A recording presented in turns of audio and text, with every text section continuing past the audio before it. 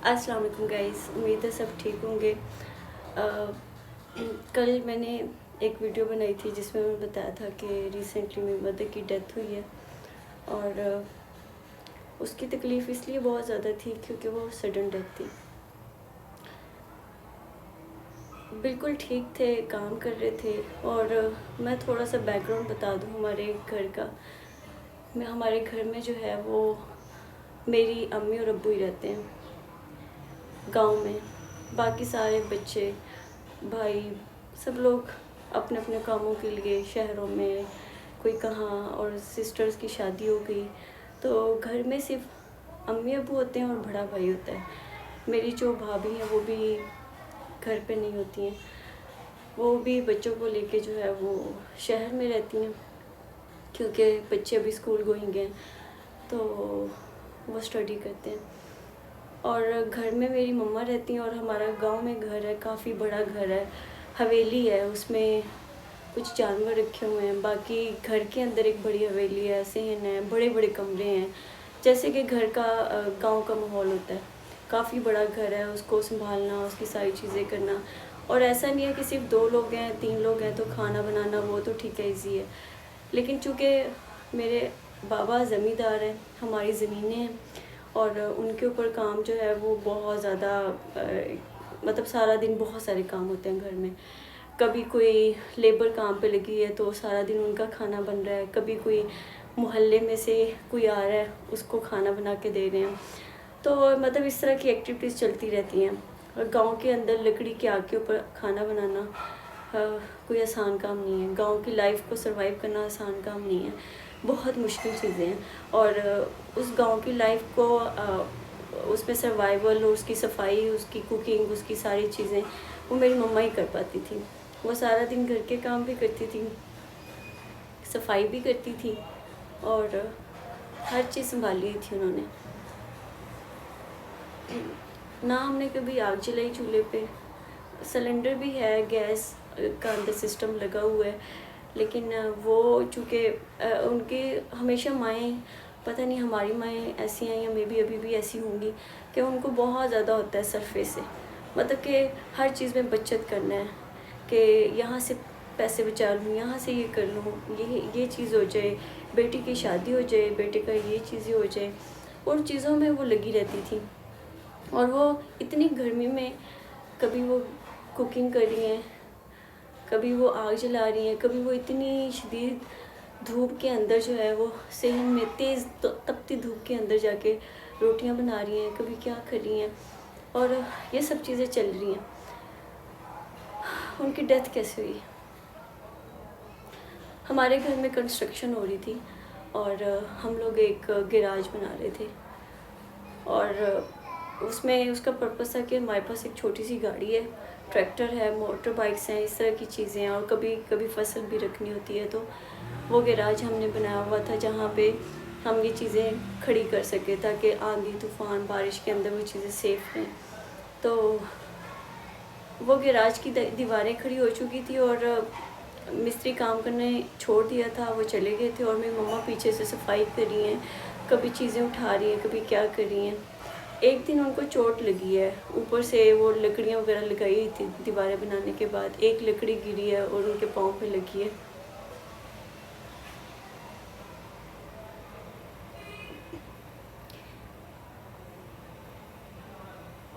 उसके बाद मम्मा के पाँव में बहुत दर्द था, वो काम नहीं कर पा रही थी, चल नहीं पा रही थी। तो हमने कहा कि हम डॉक्टर को चेक करवाते हैं, सही हो जाएगा। तो डॉक्टर को चेक करवाया, हड्डी का मसला नहीं था, बस बहुत ज़्यादा लगी थी, रखने पर लगी थी, तो पेन बहुत ज़्यादा था और उनसे रात को बर्दाश्त नहीं होता था। एक दिन कहती कि मुझे दर्द से नींद नहीं आती है, मुझे गोलियां ला दो। उस दिन मेरे ना भतीजे की भी तबीयत ठीक नहीं थी, तो मेरे भाई गए हुए थे मार्केट, और वो वहाँ से जो है मैंने उन्हें फ़ोन किया कि अम्मी के पाँव में दर्द है, आप ना दवाई ले आओ। तो वो लेके आए, वो खा के सुकून से सो जाती थी। फिर रोज़ ना उनको दूध में हल्दी डाल के देते थे, तो उससे भी उनको बड़ा सही फ़र्क पड़ता था और वो सो भी जाती थी। अब उसके बाद उन्होंने थोड़ा थोड़ा चलना शुरू कर दिया। वो बड़ी मुश्किल से चल के फिर भी काम करती थी घर के। कहती नहीं थी कि काम मुझसे नहीं होता, लेकिन ज़बरदस्ती लगी रहती थी काम करने। और रोज़ सुबह जब काम करती थी तो रात को सारा पैर स्वेल हो जाता था और बहुत ज़्यादा दर्द होती थी। और डॉक्टर ने कहा था कि आपने इसको रेस्ट देनी है, आपने जो है वो ज़्यादा चलना नहीं है। लेकिन चूँकि काम होते थे और वो कुछ नहीं कहती थी हमें कि तुम काम करो, सारे घर के काम खुद ही संभाले हुए थे। अब क्या हुआ कि कुछ दिनों के बाद वो चोट अभी सही नहीं हुई थी, चोट अभी सही नहीं हुई है और वो बाहर काम कर रही है, घर में कोई था नहीं। मेरा भाई गांव गया हुआ था और मैं जिस दिन वो गांव गया उस दिन मैं लाहौर आ रही थी। मेरा दिल नहीं कर रहा था लाहौर आने का, लेकिन मुझे लाहौर आना था, काम था, एक इंटरव्यू था। तो मैंने बड़े मतलब दिल में कि बस जाना है, चली जाती हूँ।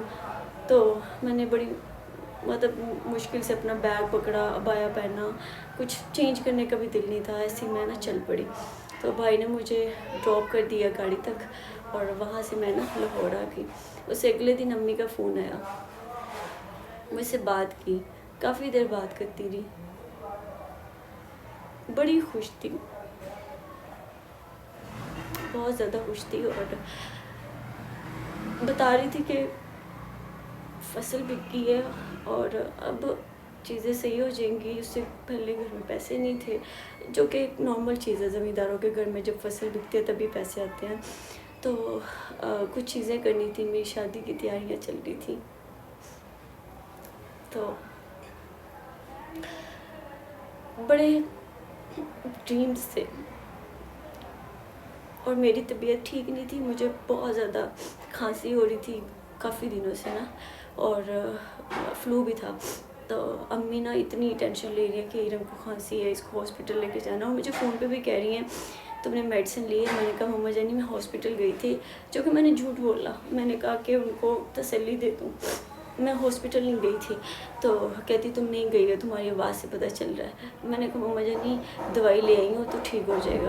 तो कहती बस ठीक है, तुम कल घर आ जाओ, तो फिर सबसे पहले तुम्हें हॉस्पिटल लेके जाना है, पैसों का अब कोई मसला नहीं है, तो दवाई लेके आते हैं, तुम्हारे मतलब ठीक हो जाओ, इतनी खांसी करती हो, बुरा हाल हो जाता है और बंदा अच्छा भी नहीं लगता खांसी करते हुए। मैंने कहा ठीक है कर लेते हैं। उसके थोड़ी देर के बाद मुझे कॉल बंद होगी। उसके आधे घंटे के बाद मुझे फिर घर से कॉल आई और मेरा बहनोई था। कहता गाड़ी लेके घर आ जाओ, अम्मी नहीं है अब।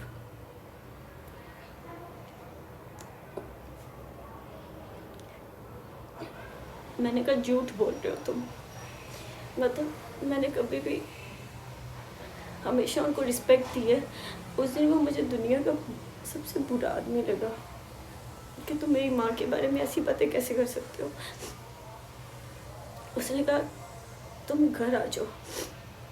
फिर अब्बू से बात करवाई, अब्बू ने कहा घर आ जाओ। मेरा कज़न था लाहौर में, वो आया,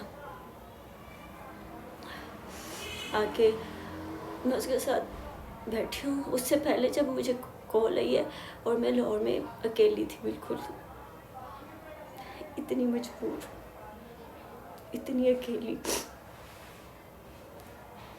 और कोई भी नहीं था जिससे मैं बता सकूं। ऊपर ऑनर थी, उसे भी नहीं बताया कि ये सब हुआ है।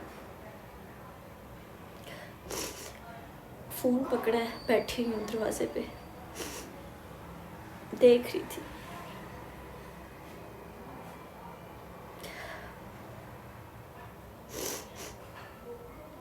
और दरवाजे पे खड़ी थी, हाथ में घर की चाबी थी और फ़ोन था जिस पे मुझे बार बार कॉल्स आ रही थी।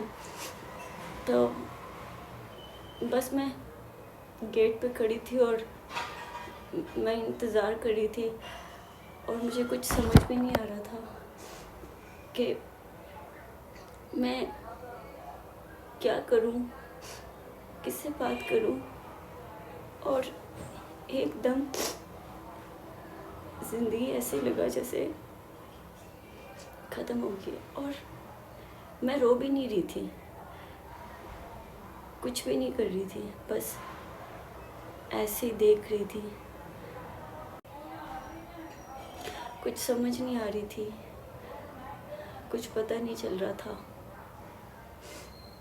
और फिर मेरा कज़न आ गया और मैं उसके साथ गाड़ी में बैठी और बस बस ऐसे ही फील हो रहा था कि क्या हो गया है, सब कुछ एक लम्हे में कैसे ख़त्म हो गया। उससे पहले कुछ दिन पहले मैंने अपने मामू को ख्वाब में देखा। मेरे मामू की डेथ हो गई और मैं सोई थी तो ख्वाब आया सहरी के टाइम और मैं बहुत ज़्यादा डर गई। मतलब मैंने ये देखा कि मेरे मामू हैं, मैं उनके पाँव पकड़ी हूँ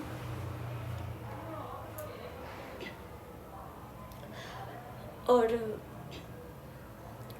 बस कुछ कह रही हूँ, क्या कह रही हूँ कुछ पता नहीं है। और उसके बाद मेरी आँख खुल गई। मेरी आँख खुली तो मुझे बहुत ज़्यादा पसीना आ रहा था, मैं बहुत ज़्यादा डर गई थी। मुझे एकदम से मैंने इधर उधर देखा, मैंने देखा कि सब सही है। मैंने अल्लाह का शुक्र अदा किया, मैंने कलमा पढ़ा। और कहते हैं कि जब बुरा ख्वाब आए तो आप 3 दफ़ा कलमा पढ़ें और आयतुल कुर्सी पढ़ें और फूंक फूंक दें अपने आप पे ना। तो मैंने ये सब किया। करने के बाद मैंने सुबह हो गई थी, मैं उठ गई और उसके बाद मैंने शुक्र अदा किया। फिर मैं अपनी मम्मा के पास गई। मैंने कहा मम्मा जानी, मैंने ख्वाब देखा, अच्छा ख्वाब नहीं देखा। तो बताया मामू ख्वाब में आए थे। तो कहती उन्होंने कुछ मांगा तो नहीं? मैं कहा नहीं, कुछ नहीं मांगा। तो कहती फिर खैर है, खुदा ना खासा अगर ऐसे कुछ मांगते फिर मसला होता। मैं ना चुप हो गई, मतलब वहीं पे भूल गई सब चीज़ें कि कुछ उस ख्वाब को। मैंने कहा कुछ नहीं होता, बस एक बुरा ख्वाब था। और मैं मम्मा से कहा मम्मा जानी मामू की कब्र पे जाना है, उनकी कब्र पे मैं नहीं गई इतने टाइम से। तो अम्मी कहती हम चलेंगे। एनी हो, ये चीज़ें ख़त्म हो गई। उसके बाद मेरी मम्मा अपने कमरे में खड़ी अलमारी में कपड़े सेट कर रही थी। मैंने उनको ना ऐसे दूर से देखा और मैं सोफ़े पे बैठी हुई हूँ। एकदम से मेरे माइंड में ख्याल आया कि अम्मी चली जाएंगी तो कौन करेगा सब कुछ, क्या कैसे होगा। तो फिर मैंने दिल में सोचा यार क्या हो गया है। मेरी मम्मा बिल्कुल ठीक है, बिल्कुल माशाल्लाह एक्टिव है, सब काम कर रही हैं, कुछ भी मसला नहीं हुआ है। और क्यों कुछ होगा मेरी मम्मा को। अल्लाह ताला सेहत तंदुरुस्ती वाली ज़िंदगी दे। और मेरी ना नानी अम्मी जो कि मेरी मम्मा की बहन थी, वो हम उन्हें नानी अम्मी कहते थे। तो उनकी उम्र 100+ में वजह के उनकी डेथ हुई जब वो बहुत बूढ़े थे। तो मैंने सोचा मेरी मम्मा तो नानी अम्मी की तरह ही रहेंगी, नानी अम्मी की तरह जिएंगी और इसी तरह एक्टिव काम करती रहेंगी। और उसके कुछ टाइम के बाद अगेन किचन में गई हूँ, वहाँ पे ऐसे काम करती नज़र आई है। और फिर दिल में ख्याल आया ये चली जाएंगी, ये इतना किचन कौन संभालेगा। और फिर वही कि यार मेरे कैसे दिल में ख्याल आ रहा है, मतलब मैं क्यों ऐसे सोच रही हूँ। और उसके कुछ दिनों के बाद वो चली गई छोड़ के। और इतनी सडन डेथ थी कि खुद को संभालना, घर वालों को संभालना, और मुझे बहुत हिम्मत करनी थी अपने बाबा को संभालने के लिए, अपने भाइयों को संभालने के लिए, अपनी बहनों को संभालने के लिए। और कभी मैं अपने भाई के आंसू पहुँच रही हूँ। और मेरे बाबा, जिनको मैंने कभी लाइफ में रोते नहीं देखा, और वो हमेशा हमेशा उनके इतने लॉसेस हुए लाइफ में, हर दफ़ा हमें फसल में नुकसान होता था, और वो एक ही बात कहते थे कि बस से तंदुरुस्ती है, कोई मसला नहीं, हम काम कर लेंगे, ये कर लेंगे, वो कर लेंगे, कोई इशू वाली बात नहीं है। बड़े ही हिम्मत रखते थे, इतनी हिम्मत। मैं कहती थी अब्बू कैसे कर लेते हैं, मतलब पूरी की पूरी फसलें तबाह हो जाती थी, कभी क्या कुछ नहीं हुआ, लेकिन कभी भी जो है हिम्मत नहीं हारी। वो हमेशा खुश मिजाज और हमेशा अल्लाह ताला पे ट्रस्ट करने वाले थे कि कुछ नहीं होता, बस ये तंदुरुस्ती है, अल्लाह ताला ने हमें, कोई ऐसा मसला नहीं है तो हमें और क्या चाहिए लाइफ में। तो और मैंने पहली बार अपनी मदर की डेथ पे अपने आप को इतना मजबूत देखा, अपने फैमिली को इतना मजबूत देखा। बस इसी तरह मेरी मम्मा जो है वो गई, और वो हमेशा कहती थी कि अल्लाह ताला से तंदुरुस्ती वाली ज़िंदगी दे, कभी बुरा वक्त ना लाए, लेकिन वो आना था। और ज़िंदगी ऐसी ही है, कभी भी कोई भी छोड़ के जा सकता है, लेकिन ऐसे सडन बहुत बहुत बहुत ज़्यादा तकलीफ़ देता है। एनी हाउ इस तरह से मेरी मम्मा की डेथ हुई, और महीने गुजर गए, 3 महीने से भी शायद ज़्यादा का टाइम, और आज भी वही स्टक है लाइफ। सब कुछ छोड़ दिया मैंने, सब कुछ, हर चीज़ छोड़ दी, किसी चीज़ पे दिल ही नहीं किया। और अब मैं यूट्यूब क्यों कर रही हूँ? एक तो मैं बात करना चाहती थी, मैं डिस्कस करना चाहती थी अपनी मम्मा को लेके, लेकिन मैं नहीं कर पा रही थी। तो मुझे यहाँ पे डिस्कस करके मुझे बहुत ऐसे लगता है कि आप कहीं ना कहीं अपना बर्डन शेयर कर रहे हो, आपको थोड़ा सुकून मिलता है। और सेकेंडली मैं इतनी ज़्यादा डिस्टर्ब हूँ, मुझे लगता है कोई ना कोई एक्टिविटी करनी चाहिए, बाहर जाने का दिल ही नहीं करता।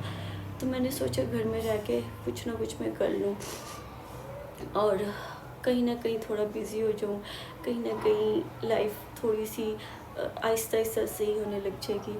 सो फिर मैंने ये स्टार्ट किया, और कल वाली वीडियो पे बहुत अच्छा रिस्पॉन्स आया, सबने इतने अच्छे कमेंट्स किए, और 1-2 कमेंट्स पढ़ के हिम्मत ख़त्म हो जाती है, पढ़ ही नहीं पाती हूँ, रिप्लाई भी नहीं कर पाती हूँ। आहिस्ता आहिस्ता थोड़ी सी हिम्मत आएगी तो उस पर सभी कमेंट्स पर रिप्लाई भी करूँगी और बात भी करूँगी। Thank you so much support करने के लिए। इंशाल्लाह मिलते हैं नेक्स्ट वीडियो में। अपना ख्याल रखिएगा। अल्लाह हाफ़िज़।